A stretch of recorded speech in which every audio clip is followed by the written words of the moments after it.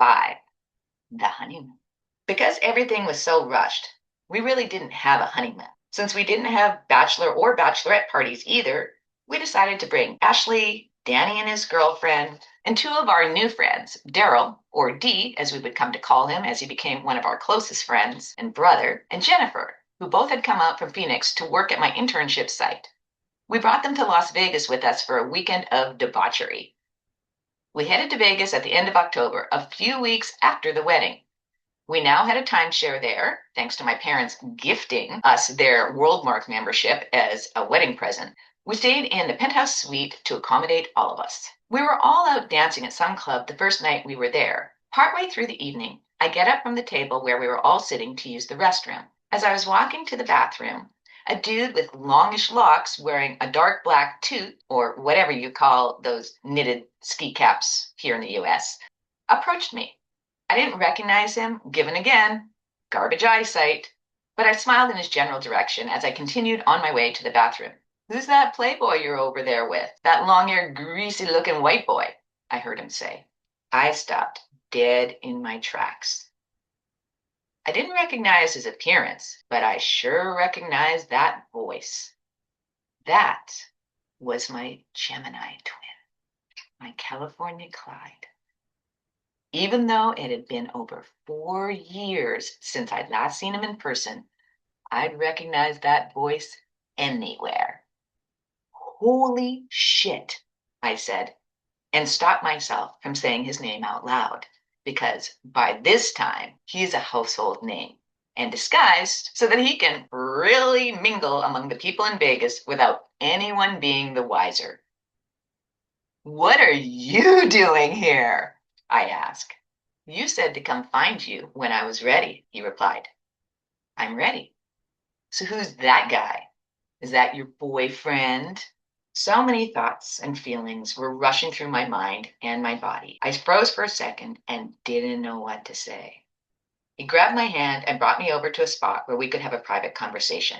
He lights up a blunt and passes it to me as we sit down to have a long overdue conversation.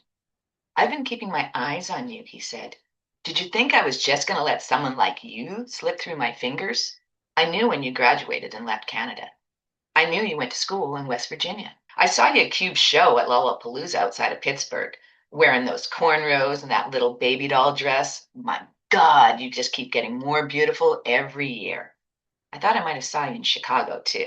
I even thought I saw you in New York once or twice. And I know you're in Seattle now. What I don't know is who that guy is. My heart stopped. That's my husband, I said. We just got married a few weeks ago on October 2nd. So you didn't wait for me, he says. And I could see tears in his eyes a little bit. Wait for you, I said.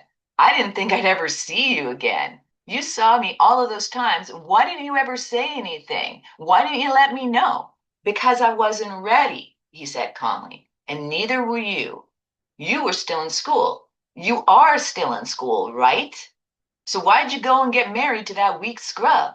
I explained the agreement I had with Jay. Double income, no kids, 2 years minimum, 7 years maximum. I got American citizenship. He's going to get Canadian citizenship so that we both have options. We share expenses and stay monogamous during our marriage so as not to arouse suspicion. So, 2 years from now, you out, he says? If I can, I replied.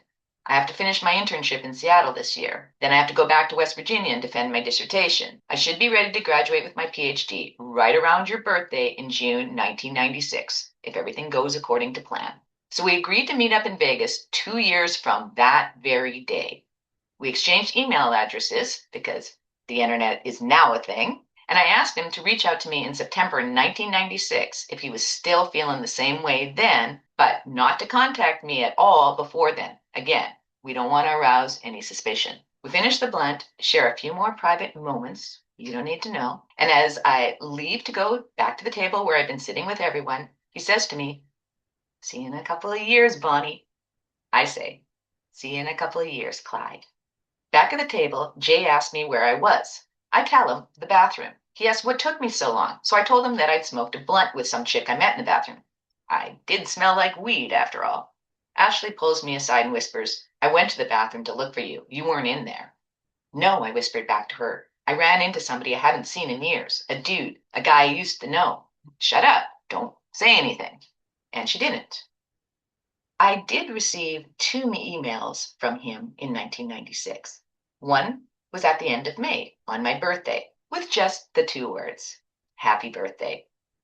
And then he dropped his latest single during Gemini season between my birthday and his now famous partial telling of our Bonnie and Clyde story and their summer of horniness. He wrote me a lot of horny poetry that summer, and I'm no slouch when it comes to erotica either, but he was definitely more raw than mine, and you can hear it in that song. Oh, and that other email? He sent that one at the beginning of September, asking me if I could come out to Vegas a month early.